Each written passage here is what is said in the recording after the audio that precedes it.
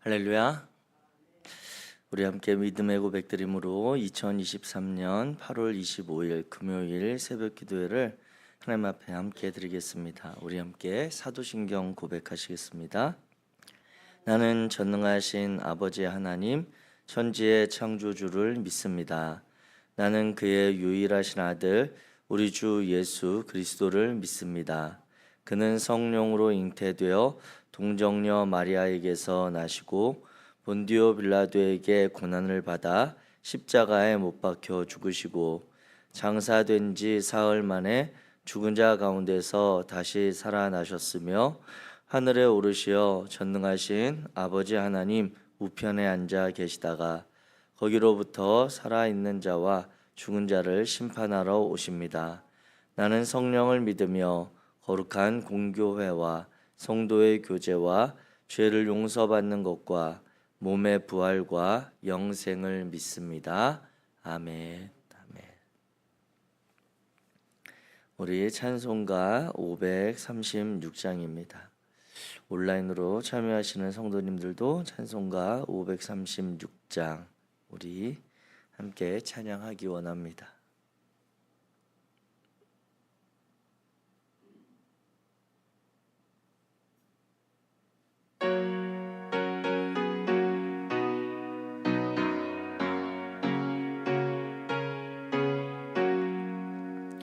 죄짐에 눌린 사람은 다 주께 나오라. 주 말씀 의지할 때에 곧 평안 얻으리. 의지하세 의지하세 주 의지하세. 구하시네 구하시네 곧 구하시네. 참 구원 주신 주께서 보혈을 흘렸네. 눈같이 희게 할 피에 온 몸을 잠그세. 의지하세 의지하세 주 의지하세. 구하시네 구하시네 곧 구하시네. 길 되신 우리 구세주 늘 인도하시네. 너 지체 말고 믿으면 참 복을 받겠네. 의지하세 의지하세 주 의지하세. 구하시네 구하시네 곧 구하시네. 온 성도 하나 되어서 영광길 걸으면 한없는 은혜 받아서 영원히 누리리. 의지하세 의지하세 주 의지하세. 구하시네 구하시네 곧 구하시네. 아멘. 오늘 함께 읽으실 하나님의 말씀은 구약성경 시편 129편 1절부터 8절의 말씀입니다. 구약성경 시편 129편 1절부터 8절의 말씀. 제가 가진 성경으로 구약성경 898페이지입니다. 우리 시편 129편 1절부터 천천히 한 목소리로 같이 읽겠습니다. 시작. 이스라엘은 이제 말하기를 그들이 내가 어릴 때부터 여러 번 나를 괴롭혔도다. 그들이 내가 어릴 때부터 여러 번 나를 괴롭혔으나 나를 이기지 못하였도다. 밭 가는 자들이 내 등을 갈아 그 고랑을 길게 지었도다. 여호와께서는 의로우사 악인들의 줄을 끊으셨도다. 무릇 시온을 미워하는 자들은 수치를 당하 물러갈지어다. 그들은 지붕의 풀과 같을지어다. 그것은 자라기 전에 마르는 것이라. 이런 것은 베는 자의 손과 묶는 자의 품에 차지 아니하나니 지나가던 자들도 여호와의 복이 너희에게 있을지어다 하거나 우리가 여호와의 이름으로 너희에게 축복한다 하지 아니하느니라. 아멘. 아멘. 할렐루야. 아멘. 오늘 우리가 시편 129편의 말씀을 함께 읽었습니다. 이 시편 129편을 통해 우리가 시인이 하나님 앞에 고백하는 그러한 마음과 또 우리가 오늘 하루 살아가는 동안 하나님께서 우리의 삶에 함께 하실 그 은혜를 소망하며 나아가기 원합니다. 이 시편 129편은 언제쯤 누가 지었을까라고 생각해 보게 될 때 저자에 대해서는 정확하게 알려진 바가 드러나지 않고요. 내용적으로 보았을 때는 시인의 마음 그리고 표현들을 볼 때 바벨론 포로 시대가 끝나고 고국에 돌아와서 시인이 지어서 부른 노래로 우리가 발견할 수 있겠습니다. 왜냐하면 이 주된 시편 129편의 그러한 내용의 흐름에는 포로된 유대인들이 하나님의 약속의 땅을 상실했던 그러한 자책과 또 성전을 통해 하나님과 다시 관계가 회복되기를 원하는 그러한 갈망함이 담겨 있기 때문입니다. 드디어 그들은 하나님의 은혜로 포로 생활을 마치고 이제 귀환하게 되었습니다. 그런데 아이러니하게 이 포로 생활을 마치고 얼마 되지 않은 그러한 시간 가운데 또다시 이미 그곳에 머물러 살고 있었던 이방 사람들 그리고 자신들의 하나님의 기업과 그런 하나님께서 약속하신 터전에 또 다른 이들이 살고 있으면서 포로기에서 돌아온 이들의 삶을 환영받지 못하는 것이죠. 그러면서 질투와 협박으로 인해서 괴로움에 처하게 된 그러한 이스라엘 민족의 모습을 보게 되어지는 것입니다. 이런 상황 속에서 지쳐있는 동료들의 마음, 동족들의 마음을 위로하고 새 힘, 즉 하나님께서 위로하시며 함께하시며 하나님의 약속을 이루실 것이라고 하는 그 소망을 함께 누리기 위해서 기록되어진 것으로 이 시편 129편은 읽혀지는 것입니다. 그래서 이 129편의 시편은 이스라엘 역사의 어둡고 힘든 그러한 측면에 대해서 분명히 기억하고 그 사건을 인정하지만 앞으로 하나님께서 우리 가운데 행하실 일들에 대해서 밝고 희망적인 소망을 가지고 노래하고 있음을 보게 됩니다. 그 내용은 이스라엘 백성들을 악인들의 박해, 억압, 핍박 속에서 완전하게 보호하신 하나님의 구원의 사건을 우리가 기억하고 있지 않느냐. 우리가 어떻게 이 땅에 다시 돌아오게 되었고 우리가 이 은혜를 누리게 되었느냐. 결국 그것은 하나님께서 우리를 구원하신 사건이다라고 하는 것을 회상합니다. 그러면서 오늘 우리의 삶에서 당하는 어려움들, 원수들이 그렇게 우리를 괴롭게 하는 것들은 결국 하나님의 형벌을 받을 것이다라고 하는 것을 노래하고 있다라고 하는 것이죠. 시인은 핍박을 받았으나 결국 승리했음을 고백하면서 어려움에 처한 동족들을 다시 한번 일어날 것을, 다시 한번 하나님을 신뢰할 것을 격려하고 있습니다.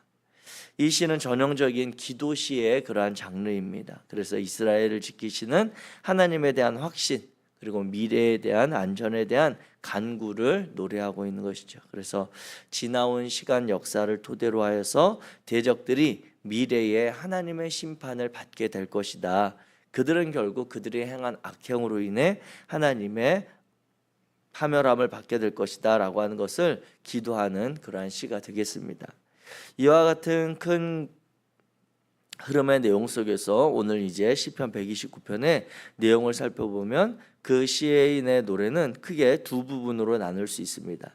1절부터 4절까지 이루어진 하나님께서 행하신 구원, 하나님께서 이미 이루신 구원 사건에 대해서 이스라엘 민족들에게 시인은 노래하고 있습니다.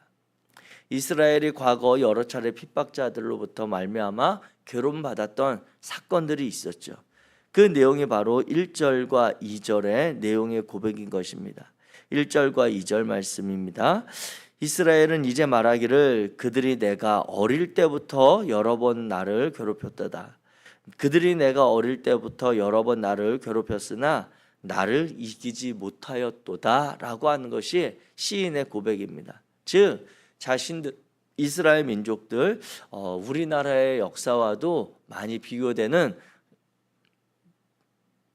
단 한 번도 외세의 그러한 자발적인 공격을 하지 못하고 오히려 많은 역사의 시간 속에 핍박과 그리고 어려움을 받았던 그 민족의 현실들을 보면서 어렸을 때부터 그리고 여러 번 계속해서 그러한 박해와 어려움을 당했지만 결국 오늘 우리는 하나님의 구원하심으로 인해 이 자리에서 삶을 살아가고 있다라고 하는 그러한 고백인 것이죠.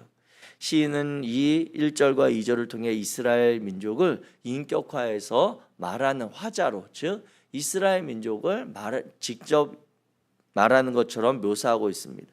건국 초기부터 가졌던 온갖 수모를 당해왔고 어느 시대에나 이 민족들의 이방인들의 박해가 있어 왔습니다. 주변에 있었던 열방들은 끊임없이 이스라엘 민족을 침입하고 압제했던 그 역사들이 있고 일부 다윗의 통치 기간에 일시적으로 멈추기도 했지만 그 아들 솔로몬 이후로 또 계속해서 어려움을 당하고 나라가 갈라지고 결국은 우리가 잘 아는 것처럼 포로의 어려움의 시간을 보내는 것으로 이어지는 역사를 가지고 있는 것이 바로 이스라엘 민족의 역사인 것이죠. 그렇지만 이스라엘 민족은 하나님의 은혜로 그 길고 길었던 포로 생활을 끝내고 그리운 고국으로 돌아오게 된 것입니다. 그러나 그들이 돌아와서 삶을 일구고 하나님을 향한 온전한 믿음과 신앙을 회복하기 이전에 이미 그 땅 가운데 있었던 주위 백성들의 모함과 공격이 계속되고 있는 그러한 현실과 상황을 마주하게 된 것입니다. 더구나 외부의 원수들에게만 괴롭힘을 당한 것이 아니라 하나님께 같이 속해 있다라고 고백하는 같은 동족 그리고 같은 내부의 사람들 가운데도 여러 가지로 어려움을 당하는 그러한 마음이 있었다라고 하는 것이죠. 그래서 이스라엘이 당한 그 고통의 강도가 얼마나 극심했는지를 계속해서 고백하고 있으면서 3절에 가면 그 내용을 이제 회화적으로 표현하는 내용이 나옵니다. 우리 3절 말씀 같이 읽겠습니다. 시작. 밭 가는 자들이 내 등을 갈아 그 고랑을 길게 지었도다. 아멘. 아마 젊은 시절에 또는 농사를 지어보시는 그리고 텃밭이라도 갖고 보신 분들은 알겠지만 이 고랑을 내는 일들 그 일들이 반드시 농사를 짓거나 밭을 가는 일들 가운데 필요한 일인데 그 고랑을 이제 어느 곳에 냈냐면 이 이스라엘 민족들 즉 이스라엘 민족으로 여겨지는 내 등을 밭가는 자들 즉 원수들이 그곳을 파헤치고 갈아서 고랑을 길게 내었다라고 시인은 고백하고 있습니다. 즉 그만큼 자신들이 겪어왔던 역사의 시간이 힘들었었다라고 하는 것을 직접적으로 표현하는 것이죠. 내 등을 고랑 삼아서 이렇게 가라앉혀지는 그 고통을 이스라엘 민족들이 시인을 통해서 고백하고 있는 것입니다. 이와 같이 외세의 침략으로 인해 원수들로 인해 등에다 밭을 일구는 듯한 극심한 고통을 맛보는 그 일들에 대한 고백이 예레미야 애가 2장에 보면 내 눈이 눈물에 상하며 내 창자가 끊어지며 내 간이 땅에 쏟아졌으니 이는 딸 내 백성이 패망하여 어린 자녀와 젖먹는 아이들이 성읍 길거리에 기절함이로다 이렇게 고백합니다. 즉 그 고통당하는 상황이 눈에서 눈물이 상하고 창자가 끊어지는 그리고 간이 땅에 쏟아지는, 즉 우리의 말로 하면 애간장에 녹는 듯한 그러한 고통, 그러한 아픔의 시절을 보내왔다라고 하는 것이 3절까지의 표현인 것입니다. 이와 같이 직접적으로 극심한 고통, 어려움을 당했던 이스라엘 민족들이 하나님 앞에 토로했던 그러한 시간들을 돌아보면서 결국 고백되어지는 것은 4절의 말씀인 것이죠. 4절도 같이 읽습니다. 시작. 여호와께서는 의로우사 악인들의 줄을 끊으셨도다. 아멘. 저와 여러분들의 삶에 많은 문제와 고민과 어려움 가운데 이와 같은 고백이 하나님 앞에 끊임없이 드려지는 날이 있기를 주의 이름으로 축복합니다. 우리가 이렇게 힘겨운 어려움의 날, 괴로움의 시절을 보내지만 하나님께서는 의로우사 우리를 괴롭게 하는 그 모든 사람들이든 아니면 국가든 아니면 우리를 괴롭히는 문제든 상관없이 그 괴로움의 줄을 끊어내시는 분이심을 기억하시기 바랍니다. 여호와 하나님은 당신의 자녀들이 고통과 억압 가운데, 핍박과 아픔 가운데 사는 그 인생을 우리 하나님은 전혀 계획하지 않으신 분입니다. 우리가 하나님의 뜻 안에서 살아가게 될 때 어려움이 아주 없을 수는 없지만, 문제가 아주 없을 수는 없지만, 그것이 영원하도록 이어지게 그냥 두시는 분은 우리 하나님이 아니신 것입니다. 우리 하나님은 매일매일 우리에게 새로운 힘을 공급하시고 은혜를 공급하셔서 어제의 문제가 오늘 우리의 삶의 자리에 더 이상 문제로 남지 않기를 우리에게 힘 주시고 위로하시는 분이심을 기억하시기 바랍니다. 물론 문제의 현상들, 문제의 상황들, 우리의 고통과 아픔의 상황들이 그대로 여전할 수는 있습니다. 그러나 그것이 우리에게 문제가 되지 않을 상황이 분명히 되어진다라고 하는 것이죠. 우리가 잘 아는 성경의 이야기 가운데 사도 바울의 이야기에 보면 사도 바울이 하나님 앞에 자신이 가지고 있는 신체적인 그러한 아픔, 괴로움, 문제를 가지고 하나님 앞에 간절히 기도한 사건에 대한 이야기가 있습니다. 그것에 대해 자신이 이제 학자들 그리고 성경학자들은 이야기할 때 그 사도 바울이 가지고 있었던 육체적인 그러한 아픔과 괴로움이 아마 여러 가지 일들 가운데 간질과 같은 그러한 육체적인 고통이 아니었겠느냐라고 하는 그러한 표현을 한 것을 우리는 알 수 있습니다. 그 간질이라고 하는 질병을 생각하고 떠올려 볼 때 다른 질병일 수도 있겠습니다만 사도 바울이 하나님 앞에 간절히 기도했던 것은 단순히 그 질병을 내가 낫기를 원한다, 내가 그 고통을 극복하기 원한다라고 하는 것이 아니라 자신에게 맡겨진 하나님의 사역, 하나님의 복음을 전하는 일들을 위해 쓰임받는 자신의 삶을 돌아볼 때 이 질병이 너무나도 큰 복음을 전파하는데 하나님의 뜻을 전하는데 장애가 된다라고 하는 것에서 사도 바울은 이 고통이 떠나기를 기도했다라고 하는 것이죠. 개인적인 나의 문제 해결이 아니라 하나님의 일들을 감당하기 위한 하나님 편에서 보기에도 이 일은 손해이기에 사도 바울은 하나님 앞에 간절히 그 일에 대해서 구체적인 표현으로는 3번이나 내가 기도했다라고 하는데 이것은 단순히 3번 하나님 이 질병을 고쳐주세요 기도한 것이 아니라 정말 3이라고 하는 성경에 나타나는 그러한 완전 숫자에 해당하는 그러한 것처럼 하나님 앞에 자신이 얼마나 간절하게 기도했는지를 이야기하고 있는 표현인 것입니다. 그런데 그 사도 바울의 기도에 대해 하나님께서 주신 응답은 무엇입니까? 내 은혜가 내게 족하다라고 하는 것입니다. 그 질병이 해결되고 그 질병이 고쳐지고 그 질병이 여전하고가 문제가 아니라 나는 충분히 너에게 그 은혜를 베풀고 있고 그로 인해 내가 구하는 것이 당장 내 눈앞에서 없어지거나 사라지지 아니하여도 그것이 문제되지 않는다라고 하는 것이 하나님의 마음인 것입니다. 그 응답을 받고 사도 바울은 이후로 그 질병에 대해서 다시는 기도하지 않은 것을 신약성경은 우리에게 이야기해 주고 있습니다. 그렇습니다. 사도 바울이 하나님 앞에 간절히 간구했던 그 기도, 구체적인 문제의 해결이 문제가 해결되고 사라져서 문제가 되어지지 않는 것이 아니라 그것이 문제로 여겨지지 않는, 더 이상 그 문제, 그 고통, 그 상처, 그 아픔이 내가 하나님과 하나님의 은혜를 누리며 살아가는데 나에게 걸림이 되지 않도록 하나님이 우리 인생을 붙들어 주실 수 있다라고 하는 것입니다.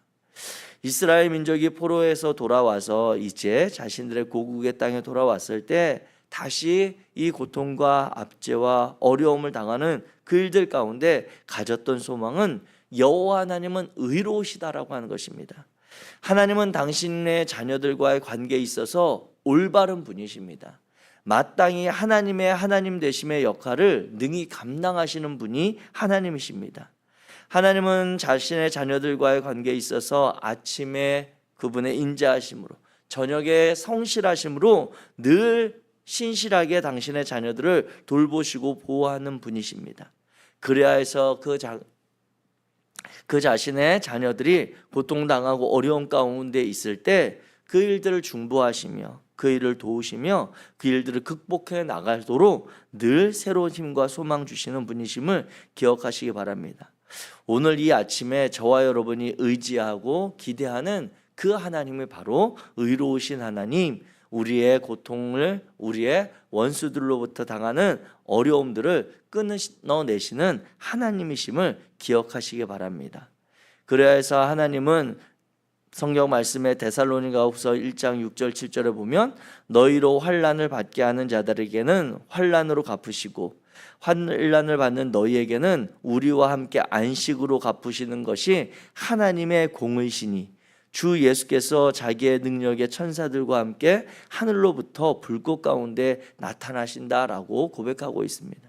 즉 당신의 사랑하는 자녀들, 믿음의 자녀들, 성도된 우리들을 괴롭히는 그 환난을 주는 이들에게는 어려움으로 환난으로 갚으시고 억울하게 환난을 당하는 예수 그리스도와 그 복음을 위해 고통을 당하는 당신의 사랑하는 성도들에게는 안식으로 갚아주시는 것이 하나님께서 행하시는 공의라고 하는 것입니다.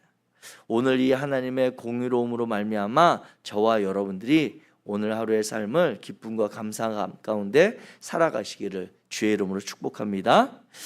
이어서 이어지는 시인의 노래에 보면 이제 자신을 괴롭게 하는 악인들에 대한 그러한 원수 갚으심을 구하는 기도의 내용이 나오고 있습니다.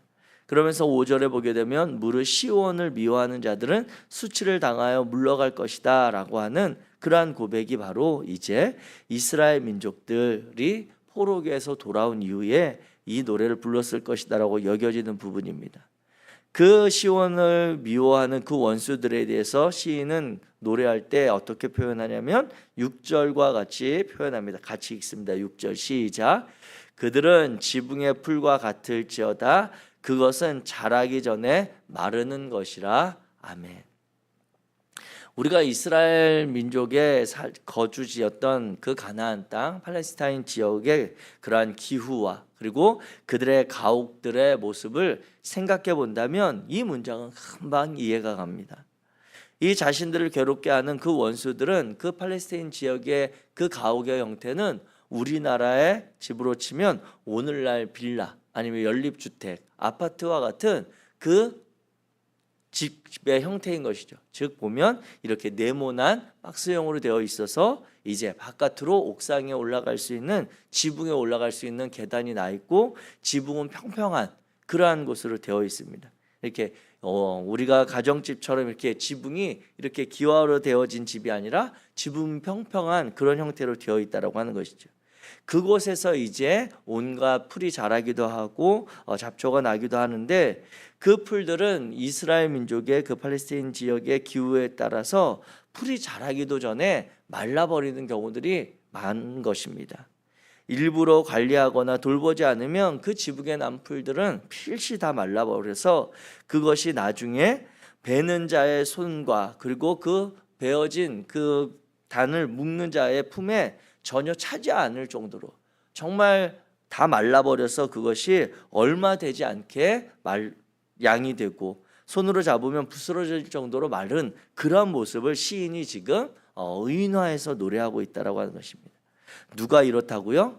이스라엘 민족을 괴롭히는 그런 원수들, 하나님의 백성들 자녀들을 괴롭게 하는 그런 악인들의 삶이 그와 같이 될 것이라고 시인은 노래하고 있는 것입니다.